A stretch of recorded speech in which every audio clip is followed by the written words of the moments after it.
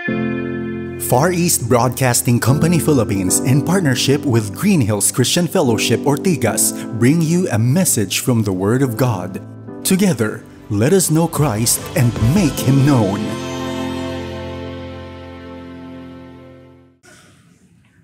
Ito po ang huling Sunday natin ng 2024. No? Isang meaningful na taon marahil para sa marami sa atin. At para sa atin naman ay nintay na natin sigurong matapos itong taon na ito. Siguro dahil sa dami ng paghihirap na ating dinanas sa taong nakaraan. Gayon naman mga kapatid, ang ating kagalakan sa ating pananampalataya na tayo na kay Kristo Jesus ay mayroong posibilidad, mayroong pagkakataon na magkaroon ng isang bagong pagsisimula. At yan ang paksa, yan po ang pakay at layunin ng ating pag-aaral ngayong hapong ito. Ang ating pong outline, kung mapapansin po ninyo, wala po tayong separate na Tagalog outline. So kung bubuksan po ninyo ang inyong bulletin, ang ifa-flash po sa ating screen ay ang English outline. Ang title po ng ating mensahe ay Proclaiming the Year of the Lord's Favor, ang pamamahayag ng taon ng kagandahang loob ng ating Panginoon. At ang ating pag-aaralang teksto ay nasa Isaiah 61 verses 1 and 2 at Luke 4:18 to 19.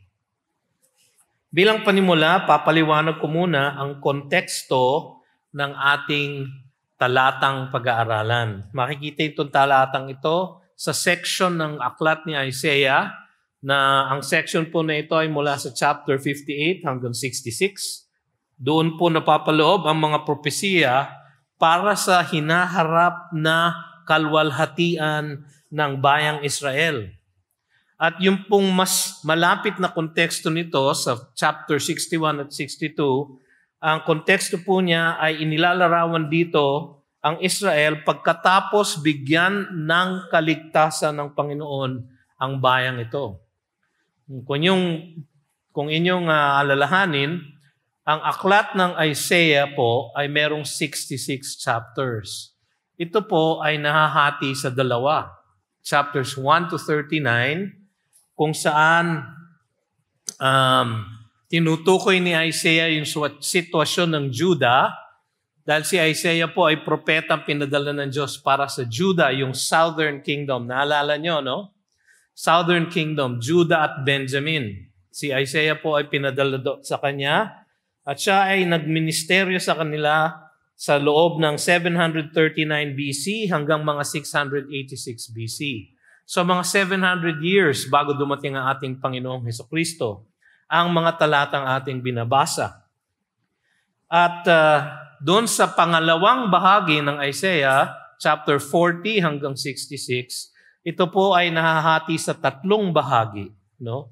At yung section na ating pag-aaralan ay patungkol sa Israel at kung paano siya iniligtas ng ating Panginoon at kung paano siya pinangakuan ng kalwalhatian na bumalik, na magkaroon ng bagong simulain ang bayang Israel. Yun po ang konteksto nito.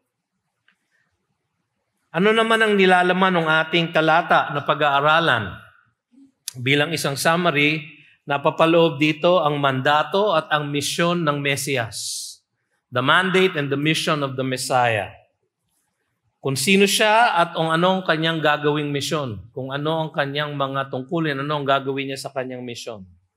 At yun ay ang pagdala ng pagbabago ng buhay na dumarating sa kanyang pagdatal, sa kanyang pagdating. Ang kanyang pagdating sa mundo, ang kanyang pagdating sa buhay ng isang tao ay nagdadala ng pagbabagong buhay. Sabi sa 2 Corinthians 5:17, therefore, if anyone is in Christ, he is a new creation. The old has passed away, behold, the new has come. Alam na alam po natin itong tekstong ito. Sa Romans chapter 6 verse 4, ang sabi doon, we were buried therefore with Him by baptism into death, in order that, just as Christ was raised from the dead by the glory of the Father, we too might walk in newness of life. Sa ating pananampalatayang Kristiyano, mayroon pong pagkakataon na tayo ay magkaroon ng bagong buhay, ng bagong simulain, hindi lang basta-basta bagong taon. Marahil, marami sa atin, yung konteksto ng mensaheng ito, pinakikinggan niyo itong mensaheng ito at nagdaan na kayo sa maraming bagyo ng buhay sa 2024. Una sa lahat, marami talagang bagyong nagdaan noong 2024. Sa bilang ko po, 5 malalakas na bagyo ang dumaan sa ating bansa sa 2024. Dapat siguro, nasasanay na tayo dahil tayo ay tumatanggap ng 20 hanggang 25 na malalakas na typhoon sa Pilipinas taon-taon. Pero hindi lang po bagyo ng klima ang naranasan ng iba sa atin. Marahil ang iba sa atin nakaranas ng mga pagsubok, ng mga paghihirap, ng dala ng masamang ekonomiya o masamang negosyo o di kaya nagsara na negosyo o di kaya ay nawalan ng hanap buhay o di kaya ay mga paghihirap sa ating mga kaugnayan, sa ating relationships, sa ating pamilya, o ng dala ng karamdaman. Marami pong pagsubok na ganyan. At hinihintay na natin na matapos na ang taon. Kasi para sa atin, ang bagong taon ay bagong buhay. May bagong pag-asa. Lalo na po sa pag-aaralan nating propesiya ni Isaiah sa hapong ito. Ang dala po niya ay ang pamamahayag ng taon ng kagandang loob ng ating Panginoon. Inaanunsyo po ng hari ng mga hari ang pagdating ng bagong taong ito. So tingnan po muna natin yung the mandate of the Anointed One, ang mandato ng hinirang ng Diyos. Una sa lahat, ang mandato na ito ay galing sa Trinity, from the Trinity. No? Makikita niyo yung first verse ng chapter 61 ng Isaiah. The Spirit of the Lord God is upon me because the Lord has anointed me. Bakas na bakas po dito sa talatang ito ang 3 persona ng Trinity. Nandoon ang Spirit, nandoon ang Lord God, nandoon ang Lord, si Yahweh, at nandoon yung me. At yung me dito ay si Kristo Jesus. Nung una nilang binasa to ni Isaiah at ng mga tao ng Israel noong ito'y sinulat, hindi nila marahil naunawaan ang konsepto ng Trinity. Kahit na ito ay nakikita sa Scripture kahit na mula pa nung umpisa. Sa Genesis 1:26, nung gagawin na ng Diyos ang tao, ang lalaki at babae, ang sabi niya, let us make man in our image. Plural po, let us make man. Nung nahulog ang lalaki at babae sa kasalanan, sa Genesis 3:22, ang sabi ng Diyos, and the man has become like one of us. One of us. Plural muli. So mula pa nung umpisa, meron na pong konsepto ng Trinity na tinuturo ang Biblia. Marahil mga kapatid, hindi pa nakuha ng nakabasa nitong propesiya na ito ang tinutukoy na Trinity ng ating Panginoon. Ngunit, nung binasa ito ni Kristo Jesus doon sa sinagoga sa Nazareth, yung binasa natin sa Luke chapter 4, binasa niya yon sa kanyang home synagogue, sa kanyang home church, sa bayan ng Nazareth. At ito ay binasa niya pagkatapos ng kanyang baptism. At alam naman natin kung ano nangyari at kung sino ang nagpakita sa kanyang baptism.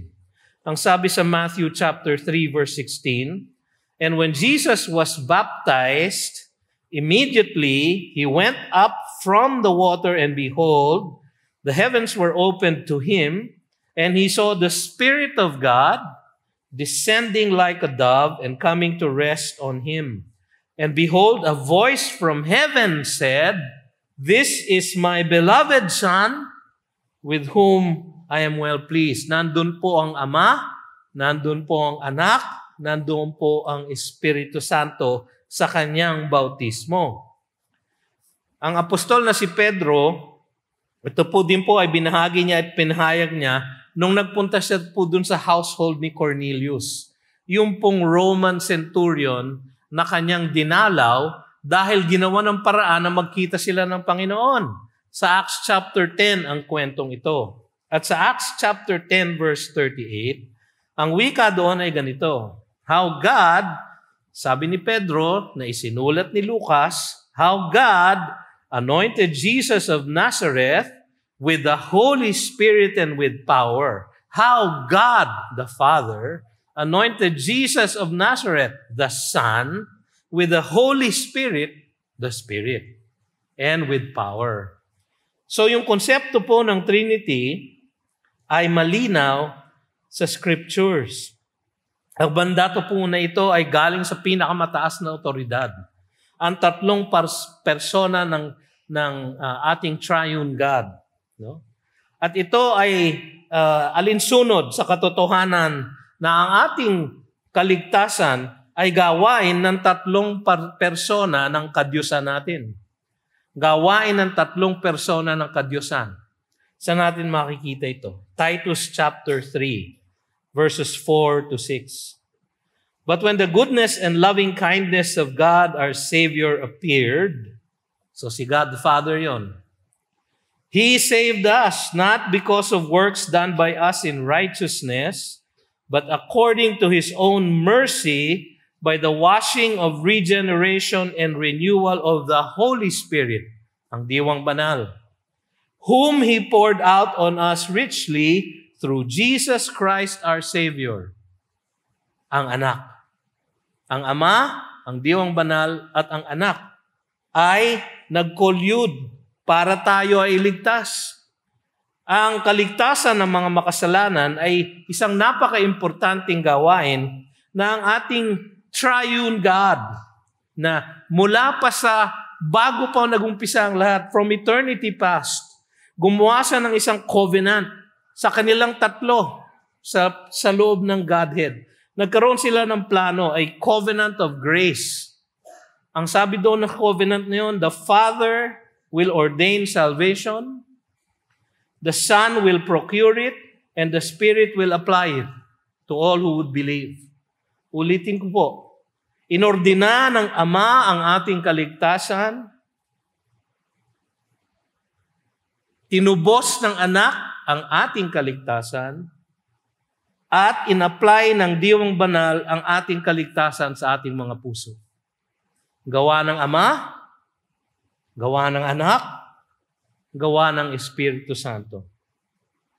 1 Peter chapter 1 verses 1 to 2, makikita din po natin yung tatlong persona dito. Peter, an apostle of Jesus Christ, to those who are elect exiles of the dispersion in Pontus, Galatia, Cappadocia, Asia, and Bithynia, according to the foreknowledge of God, ang Diyos Ama, God the Father, in the sanctification of the Spirit, Diyos na Espiritu Santo, for obedience to Jesus Christ, Diyos na Anak, and for sprinkling with His blood, may grace and peace be multiplied to you. So, ang otoridad ng mandato ng hinirang ng Diyos, ang mandate na ito ay nagmula sa God the Father, God the Son, at God the Holy Spirit. Napaka-importante po, therefore, ng assignment na ito. Para kanino? Sino ang binigyan ng mandato? For the servant. No? Pansinin po ninyo, dun sa binasa natin, sa chapter 1, verse 1 ng chapter 61, the Spirit of the Lord God is upon me because the Lord has anointed me. Meron pong binabanggit na me. Sino po yung me na yon? Kasi siya po yung anointed one. Siya po ang inutusan ng God the Father, God the Son, God the Holy Spirit na gawin itong mission na ito. Itong misyon na dalhin ang kagandahang loob, ang grasya ng Diyos sa lahat ng makasalanan. Sino itong me na ito? Ngayon, malinaw siguro dun sa perspektibo ng original na bumasa ng Isaiah, na si Isaiah ito. Kasi siya ang propeta. Siya ang sumulat eh. So nung sinabi niya, the Spirit of the Lord God is upon me is Isaiah. No? Pero malinaw din sa ibang mga talata sa aklat ni Isaiah na hindi pwedeng si Isaiah ito sapagkat siya ay hinalihan ng Espiritu Santo at binigyang kapangyarihan ng Espiritu Santo ng Diyos sa pag-uutos ng Ama. So hindi lang ito si Isaiah kasi hindi niya kayang sabihin yung mga gagawin ng Messiah dito. So si Messiah ito, hindi si Isaiah. No? Tignan po natin sa ibang verses sa Isaiah. Siya mismo ang sumulat, Isaiah 11 verses 1 to 5. There shall come forth a shoot from the stump of Jesse. Sino po si Jesse? Si Jesse ang anak, ama ni David. Sino si David? Siya po ang pinanggalingan ni Jesus. Makikita po natin yan sa Matthew chapter 1 verses 1 to 17. Magmula kay Abraham hanggang kay David, magmula kay David hanggang kay Jesus, magmula kay David hanggang kay Jesus. So si Jesus ay nagmula kay Abraham at kay David. Si Jesse po ang tatay ni David. So sabi sa Isaiah 11:1, there shall come forth a shoot from the stump sa pamilya ni Jesse, and a branch from his roots shall bear fruit, and the Spirit of the Lord shall rest upon him. Tapos dinidescribe ko anong gagawin ng Espiritu Santo sa kanya. So hindi pwedeng si Isaiah ito. Ang tinutukoy dito sa me ay ang Mesias. Sabi sa Isaiah 42:1, behold my servant whom I uphold, my chosen, my anointed one, ang aking hinirang, ang aking pinili, ang Messiah. No? Ang Messiah, in whom my soul delights.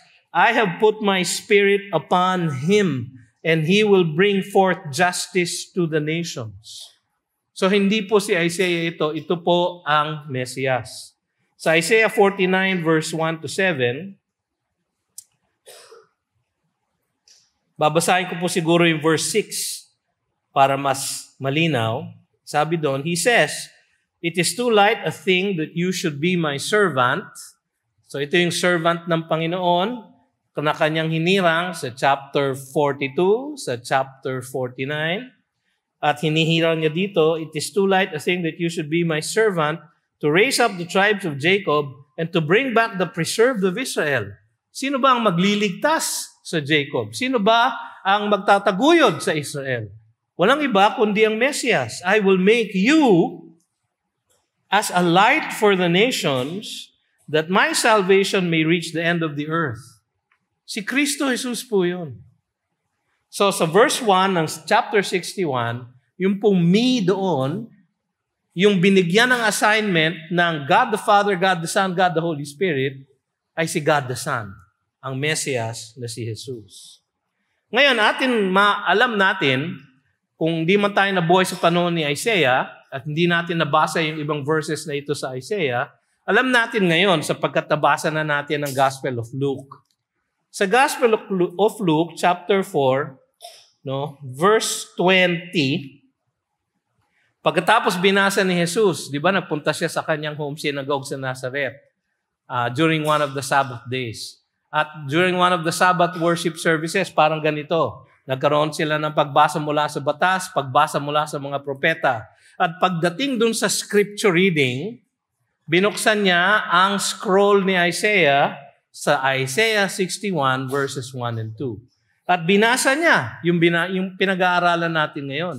Sinabi niya, he has sent me to proclaim liberty to the captives and recovering of sight to the blind, to set at liberty those who are oppressed, to proclaim the year of the Lord's favor. Period. And he rolled up the scroll and gave it back to the attendant and sat down. At sinabi niya, today the scripture has been fulfilled in your hearing. Si Jesus ito, ni-record ni Luke. So alam natin, dun sa record ni Luke na yon, na sa sinagoga sa Nazareth, sinabi ni Jesus na ako yan, ako yung tinutukoy na me. Sa chapter 61 verse 1 ng Isaiah. Yung median ay ako, si Jesus. Ako ang nagtupad ng propesiyang yan. Ngayon, isang prinsipyo sa Old Testament prophecy, yung parang nakikita ng propeta ay dalawang bundok. Pero kung minsan, pag tinatanaw natin sa malayo ang dalawang bundok, parang iisang bundok lang ang ating nakikita. Hindi natin nakikita yung malawak na valley na nasa gitna ng dalawang bundok. Parang ganun po itong propesiya na ito. Merong fulfillment sa panahon ni Isaiah at meron ding mas malawak, mas maluwalhating fulfillment sa panahon ni Jesus. Isang bundok na nakikita niya mas malapit at isang mas malayong bundok na hindi niya naanino at hindi niya nakikita yung valley na nasa gitna. Yun po ay ang panahon between the first advent at yung second advent ni Kristo Jesus. Isa pong tanggap na prinsipyo ng propesiya iyan. So, alam natin, para sa mga bumasa nung una nito sa Isaiah, ang fulfillment nito, ang pagtupad na ito, ay yung pagbalik ng mga exile sa Jerusalem. Naalala nyo, nung nagbigay ng prophecy si Isaiah, binigay niya bilang isang pagdidisiplina sa Israel, sa Judah. No? Sabi niya, dahil sa inyong mga kasalanan, kayo ay dadalhin sa exile. Hindi pa sila nadadala sa exile. At ganun nga nangyari sa kanila. At sila ay na-exile.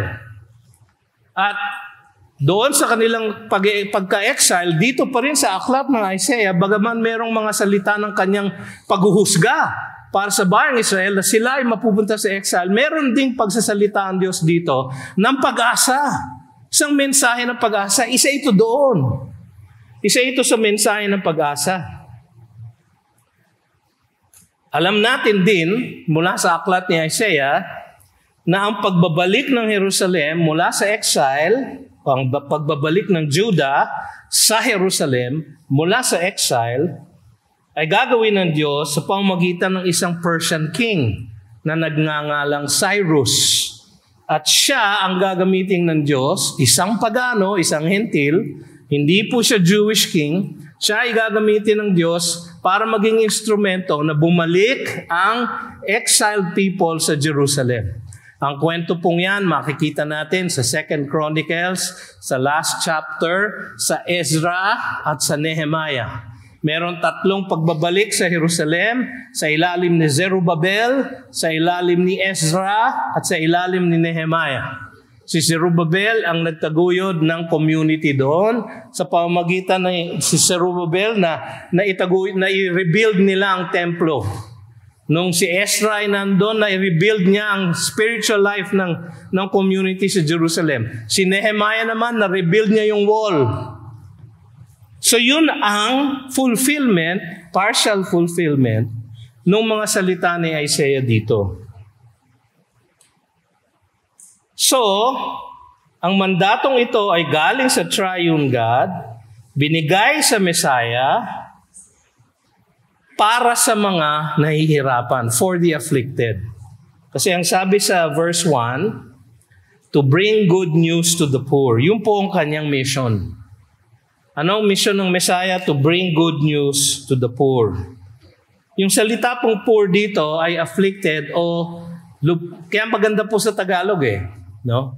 Kasi sa English, poor ay poor. Poor, akala natin economically poor. Pero sa Tagalog, pag translate nyo ito ay ang pagdala ng mabuting balita para sa mga nahihirapan. Yung nahihirapan, not necessarily economically poor. Pero yung nahihirapan, afflicted, merong dinadanas na paghihirap.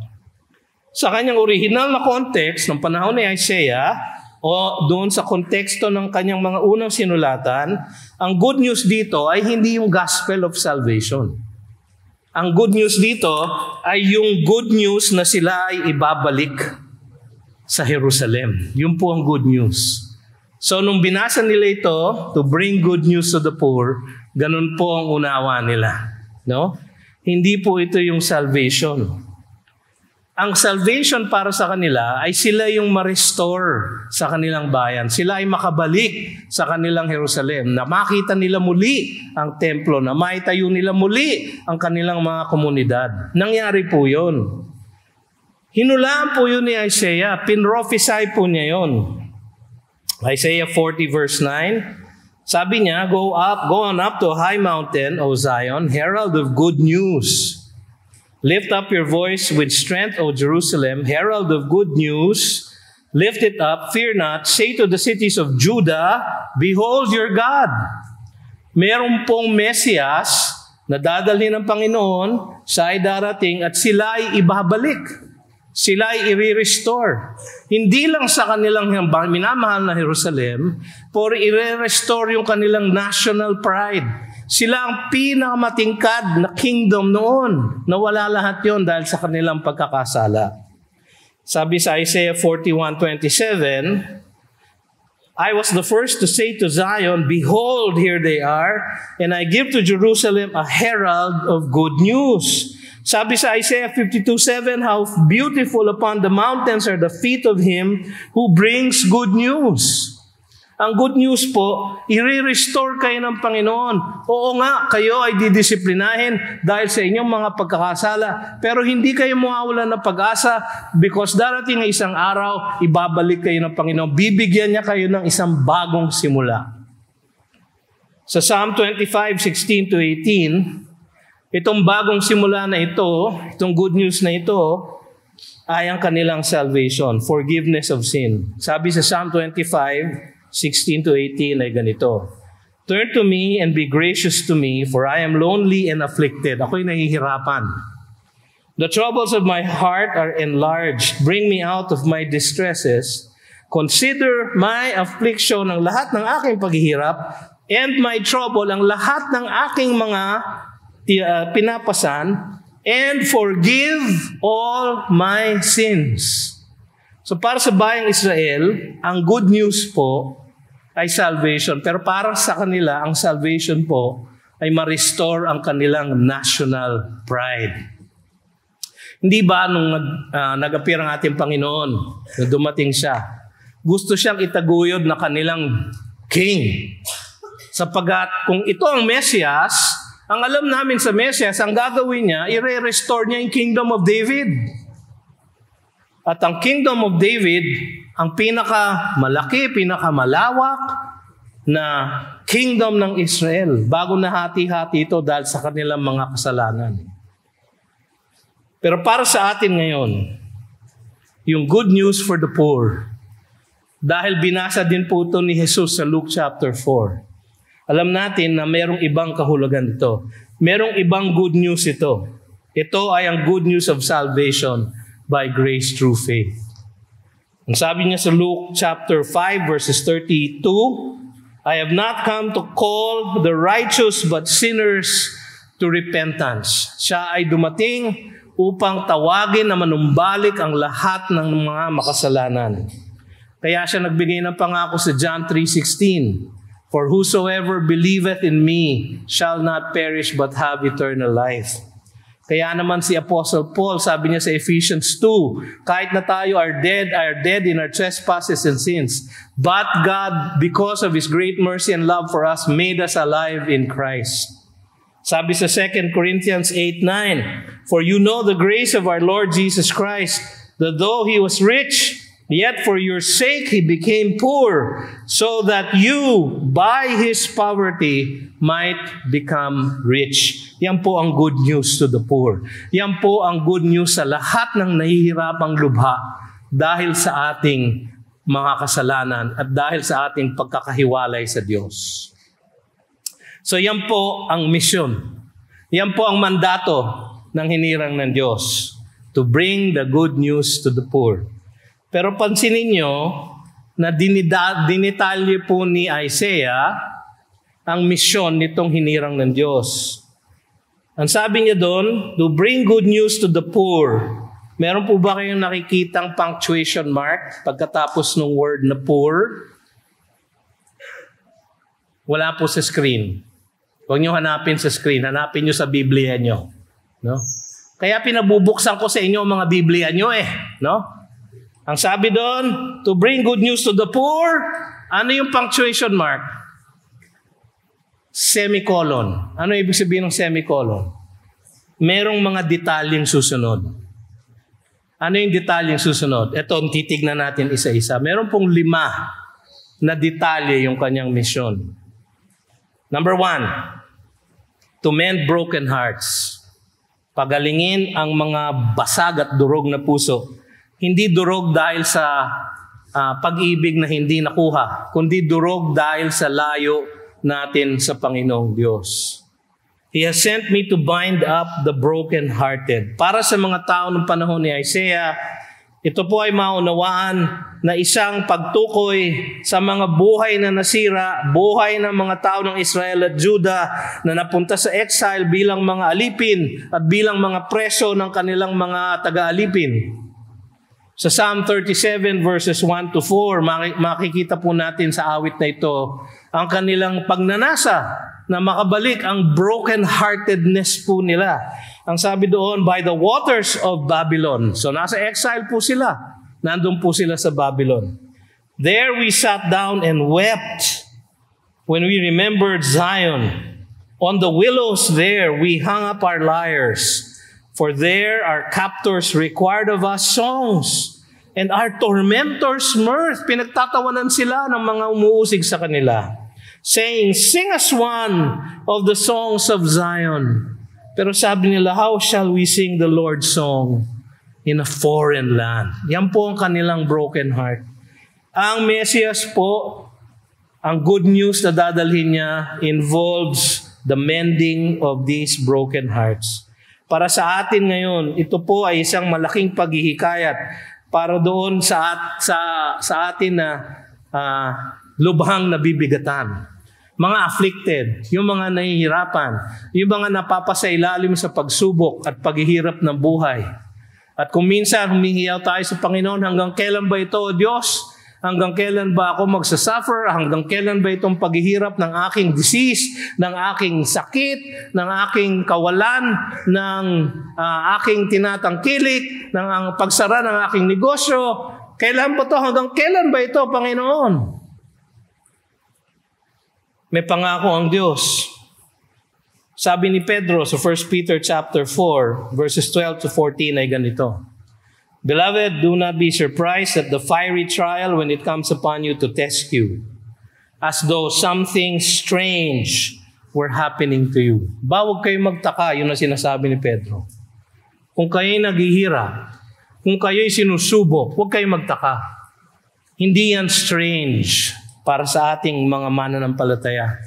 Sapagkat ang lahat ng mananampalataya ay sinusubok ng Diyos, pinapatibay ng Diyos, pinalalakas ng Diyos, at ang kanyang pagpapatibay ay nag-i-involve ng suffering. Pero may pangako. But rejoice in so far as you share Christ's sufferings, that you may also rejoice and be glad when His glory is revealed. Mga kapatid, saglit lang ang ating paghihirap sa buhay na ito. At ang buhay na ating dadatnan naman ay buhay na walang hanggan. Buhay na walang hanggang kasayahan. Buhay na walang hanggang kagalakan sa piling ng ating Panginoon. So, yun ang kanyang isang mission, to mend broken hearts. Pangalawa, to free those who are enslaved. Palayain ang mga naaalipin, to proclaim liberty to the captives and the opening of the prison of those who are bound. Muli, para sa mga tao ng panahon ni Isaiah, ito ay isang consistent message of hope. Para sa kanila, ito ang kanilang pag-asa na ang kanilang bayan ay ililigtas ng Diyos. Sa Isaiah 45:11 to 13, thus says the Lord, the Holy One of Israel, and the one who formed him, ask me of things to come.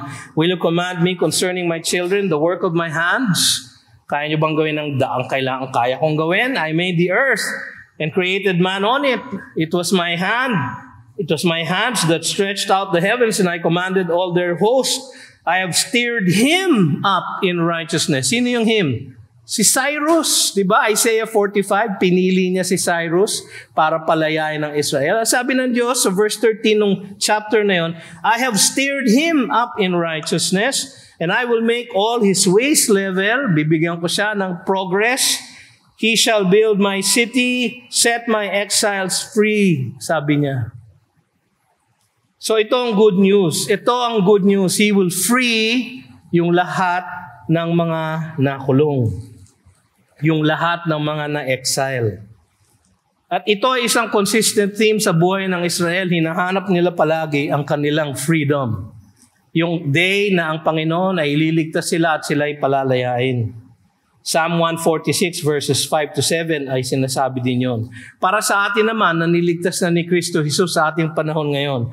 Ang ibig po sabihin nitong freedom na ito ay freedom from sin. Sa Romans chapter 6 verse 6, we know that our old self was crucified with Him in order that the body of sin might be brought to nothing, so that we would no longer be enslaved to sin. For one who has died, meaning died to sin, has been set free from sin. So para sa atin, ito pong freedom na ito, freedom from enslavement from sin. Pangatlo, to usher in God's grace. Sabi niya, to proclaim the year of the Lord's favor. Nung sinabi po ito ng propeta, ang napunta sa isip ng mga taga-Israel, ng mga taga-Juda, ay yung nasa batas ni Moises tungkol sa year of the Jubilee. Kasi yun ang kanilang iniisip na the year of the Lord's favor. So nung sinabi ito na Isaiah, na idideklara ng hari ng mga hari, ng Mesias ng Diyos, ng pinili ng Diyos, na idideklara niya ang pagdating ng taon ng kagandang loob ng Panginoon. Ang kanilang naisip, Leviticus 25. Doon po sa chapter na yon, ang lahat ng ating malalaman tungkol sa year of the Jubilee. Pero sa verse 10, ganito po ang summary. And you shall consecrate the 50th year and proclaim liberty throughout the land to all its inhabitants. It shall be a jubilee for you, when each of you shall return to his property, and each of you shall return to his clan. Ayon sa batas ni Moises, na binigay ng Diyos kay Moises, ang mga Israelita kailangan nila ipahinga yung lupa every 7th year. So year 1, 2, 3, 4, 5, 6, magtatanim sila. Year 7, walang tanim. Papahinga nila ang lupa. At payayabungin ng Panginoon ang harvest nila ng year 6 para meron silang pagkain hanggang year 7. After the 49th year, yung ikapitong Sabbath year. So 7 times 7, 49th year. After that Sabbath year, on the Day of Atonement, Yom Kippur, they would sound the trumpet to announce the start of the 50th year. So patutunugin nila ang ang trompeta. Ang Tagalog po kasi talaga ng trumpet, pakakak, no? Pero sige na, trompeta. Patutunugin nila ang trompeta. At yun po ay pag-anunsyo na umpisa na ng Year of the Jubilee. Ano mangyayari doon? Doon sa taon na yon, ipapahinga nila muli ang lupa. So 49th year, ipapahinga nila ang lupa. 50th year, ipapahinga nila ulit ang lupa. Pero magpo-provide ng Diyos sa kanila para hindi sila kailangan magtrabaho at magtanim. At ang kailangan nilang lang gawin ay magpahinga, manambahan sa Diyos at alalahanin ang kanyang mga pagpapala sa kanila. Yun ang 50th year. Yun ang year of the Lord's favor. Doon sa taon na yon, lahat ng mga nakulong, palalayain. Lahat nung ibinigay ang kanilang lupa dahil sila ay nabaon sa utang, ibabalik ang lupa. Lahat nung mga nahiwalay sa kanilang mga pamilya, ibabalik sa kanilang mga pamilya. Sa makatuwid mga kapatid, ayon nga sa ating mga Tagalog, ulitan mga kapatid. Isang bagong simula ang Year of the Jubilee. Para doon sa mga Israelita noong panahon ni Isaiah, na hinaharap pa lang nila ang exile, no? Ito po ay isang mensahe ng pag-asa. Isang pagpapaalala na ang Diyos is a God of second chances. Ang Panginoon ang magbibigay sa kanila ng kagandaang loob, the year of the Lord's favor, upang sila ay makapag-umpisa muli. Yung pang ang kanilang inaasahan sa year of the Lord. Ngunit, hindi nila sinunod ang batas. Hindi nila sinunod ang Sabbath year. Alam niyo kung gaano kahaba nila hindi sinunod? 490 years. 490 years. Sa makatuwid, magmula nung binigay yung batas, hanggang sa sila ay na-exile, hindi nila sinunod kahit minsan ang ordinansa o ang batas ng Diyos na ipahinga ang lupa. So 490 years. Paano ko alam na 490 years? Ito, i-explain ko sa inyo yung math, no?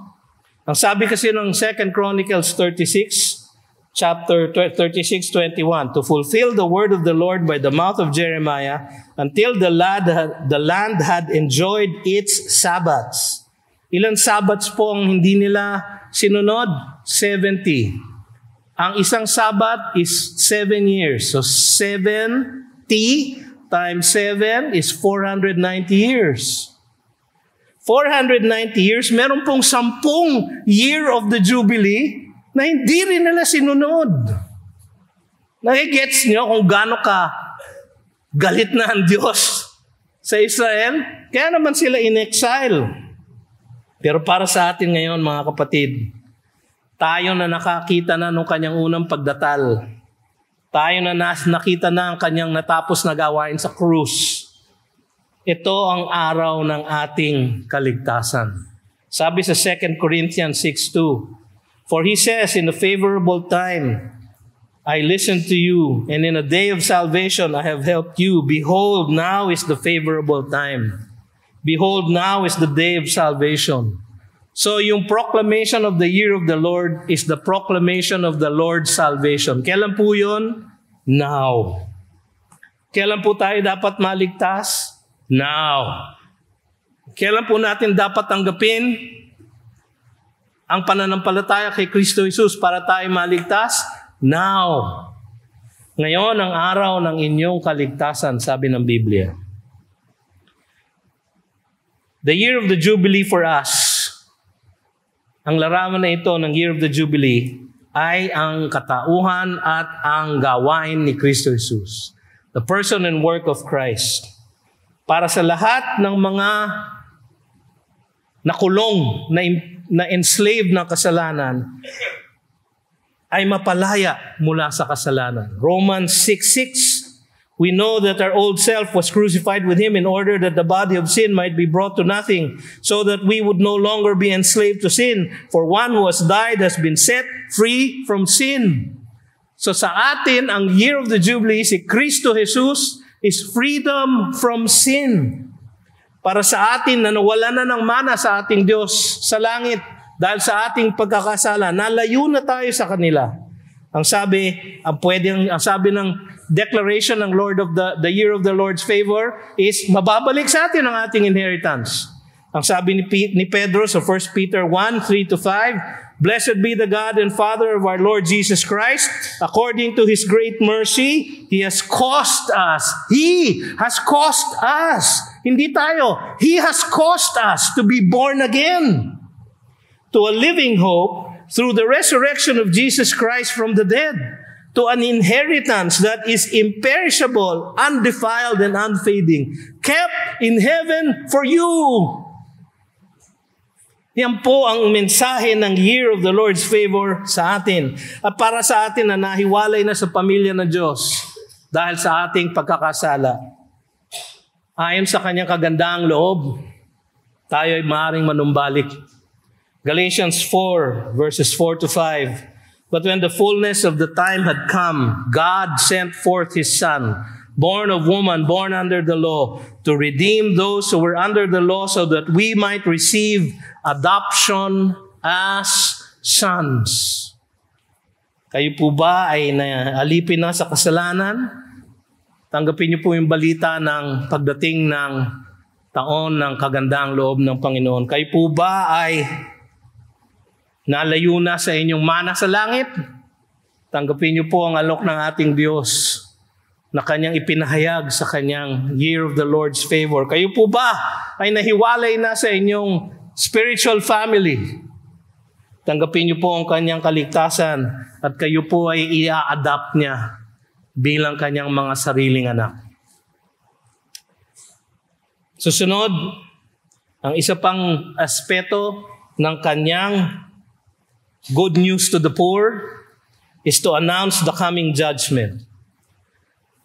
Teka muna, Pastor, parang nakakagulat. Magandang balita na sana no? To proclaim the year of the Lord's favor. Pero, merong kasunod. And the day of vengeance of our God. Si Jesus, nung binasa ito niyo sa Luke 4. Binasa natin kanina, di ba? Luke 4:18-19. Saan siya huminto? Sa 19. Anong sabi niya doon? To proclaim the year of the Lord's favor. Anong punctuation mark ang kasunod? Kaya mga kapatid, kahit ang punctuation mark sa Biblia, dapat pinapansin natin. Anong punctuation mark ang kasunod? To proclaim the year of the Lord's favor sa Luke 4:19. Anong punctuation mark? Period. Kaya naman sabi niya, siya ay naupo, ginagaya niya doon sa attendant yung scroll at sinabi niya, today the scripture has been fulfilled in your hearing, pointing to himself. So, natapos siya dun sa to proclaim the year of the Lord's favor. Period. Balik kayo sa Isaiah 61. Tignan niyo yung verse 2. To proclaim the year of the Lord's favor. Anong kasunod na punctuation mark? Ay, wala dyan, no? Tingnan niyo yung Biblia niyo. Kama! Hindi period. Hindi pa tapos. Hindi tinapos na Jesus. Hindi niya sinabi yung day of God's vengeance. Bakit kaya? Pero dito sa Isaiah, ang mabuting balita na ibibigay sa mga nahihirapan, the good news to the poor includes the day of God's vengeance. Ito ay propesya ng mga propeta sa Old Testament. Isaiah 34:8, sabi doon, for the Lord has a day of vengeance. Micah 5:15, and in anger and wrath I will execute vengeance on the nations that did not obey. Para sa mga tao nung buhay nung panahon ni Isaiah, nung binasa nila ito, nung sila ay na-exile, parang partial fulfillment na ito ng the day of God's vengeance. Pero alam nila na merong future na day of the Lord. Merong future na day of the Lord. Sinabi ng ibang propeta, si propetang Joel, Joel chapter 2, verses 30 to 32. Isi-shortcut ko na lang. Mahirap pala i-shortcut. And I will show wonders in the heavens and on the earth, blood and fire and columns of smoke. The sun shall be turned to darkness and the moon to blood before the great and awesome day of the Lord comes. So yung day of God's vengeance, hindi pa fulfilled nung sila ay na-exile. Nung dumating si Jesus, Prinoclaim niya ang pagdating ng kanyang paghahari. Sabi niya sa Matthew 4:17, repent for the kingdom of heaven is at hand. Nandito na ako. Nandito na ang paghahari ng Panginoon. Sa akin kayo lumapit. Sa akin kayo manampalataya. Ito ay panahon para kanya iproklama ang posibilidad ng isang bagong simula sa lahat ng mananampalataya sa kanya. Kaya naman nagbigay siya ng pangako. To whoever believes in Him shall not perish but have eternal life. So, kaya huminto si Jesus sa day of the Lord's favor. Pero bakit? Kasi, nung binasa niya yun sa Nazareth, meron pa siyang hindi nagagawa para matupad yung propesiya about the day of the Lord's vengeance. Meron pa siyang hindi nagagawa. Ano hindi pa niya nagagawa? Hindi pa siya nakakapunta sa krus. Mga 2 taon pa mahigit bago siya ay makarating sa krus ng Kalbaryo. Upang doon sa krus na iyon, kanyang danasin ang day of God's vengeance. Ang galit, ang puot ng Diyos ay ibinuhos sa kanya sa krus na dapat sanay sa atin. Sa kanya ibinuhos. Kaya sa Isaiah, pinrophesy, meron day of God's vengeance. Si Jesus, nung binasa niya sa Nazareth, sa Luke 4, di pa siya nagpupunta sa krus. Hindi pa niya pwedeng sabihin. Sapagkat pupunta pa siya sa krus at doon dadanasin niya ang poot at panunumpa ng Diyos. Galatians 3:13. Christ redeemed us from the curse of the law by becoming a curse for us, for it is written, cursed is everyone who is hanged on a tree. Kanyang sinalo ang day of God's vengeance para sa lahat ng mananampalataya sa Kanya. Paano yung hindi mananampalataya sa Kanya? Meron pa rin silang dapat asahan na day of God's vengeance. So mga kapatid, mga kaibigan, kung kayo'y hindi pa nananampalataya kay Jesus at nais niyong iwasan ang day of God's vengeance, sinalo na ni Jesus para sa atin. Gusto niyo pa bang salubungin ang poot at galit ng Diyos? Sabi sa Revelation 19:15-21, from His mouth comes a sharp sword with which to strike down the nations, and He will rule them with a rod of iron. He will tread the winepress of the fury of the wrath of God the Almighty. On His robe and on His thigh He has a name written, King of Kings and Lord of Lords. Napaka-grabing pangyayari ito. And I saw the beast and the kings of the earth with their armies gathered to make war against him who was sitting on the horse and against his army. And the beast was captured, and with it the false prophet who in its presence had done the signs by which he deceived those who had received the mark of the beast and those who worshipped its image. These two were thrown alive into the lake of fire that burns with sulfur, and the rest were slain by the sword that came from the mouth of him who was sitting on the horse, and all the birds were gorged with their flesh. Yan ang day of God's vengeance. Kung hindi niyo tatanggapin si Jesus ngayon, yan ang inyong aasahan pagdating ng kanyang paghuhukom. So nangako si Jesus, bibigyan tayo ng grasya ng Panginoon the day of the Lord's favor. Pero meron ding the day of God's vengeance. Para ngayon, sinalo ko na yan para sa lahat ng mananampalataya sa akin. Yung ayaw manampalataya sa akin, sasaluhin niyo yan sa darating na paghuhukom. Huli sa lahat, to bring joy, to comfort all who mourn. Muli, sa mga original audience ni Isaiah, ito ay message of hope. Ito yung pagbabalik nila sa Israel. Ito ang kaligtasan nila. Ito ang magbibigay ng comfort sa kanila. Yung pagdating ng kanilang Mesiyas. At si Kristo Jesus po iyon. Kaya bago pa siya ipanganak ng kanyang ina, umawit si Maria, alam nyo naman yun, Luke chapter 1, verse 47. Ang sabi niya, and my spirit rejoices in God, my Savior. Bakit siya nagre-rejoice? Dahil sa salvation na dala ng Panginoong Diyos. Yung Panginoon na yon ay nasa kanyang sinapupunan. Yung batang iyon ay pupunta sa krus para salubungin ang day of God's vengeance para sa kanya. Para sa kanyang pananampalataya sa kanyang sariling anak, siya ay maliligtas. At siya ay nag-rejoice. Yun po ang comfort ng Israel. Ang kanilang salvation.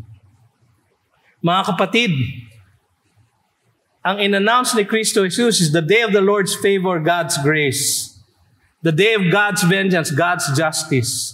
Sa krus ng Kalbaryo, nagsalubong ang God's grace at ang God's justice. At doon sa krus na iyon, natupad ni Jesus ang pagbibigay ng God's grace sapagkat sinalo niya ang dapat sana'y ating naranasan.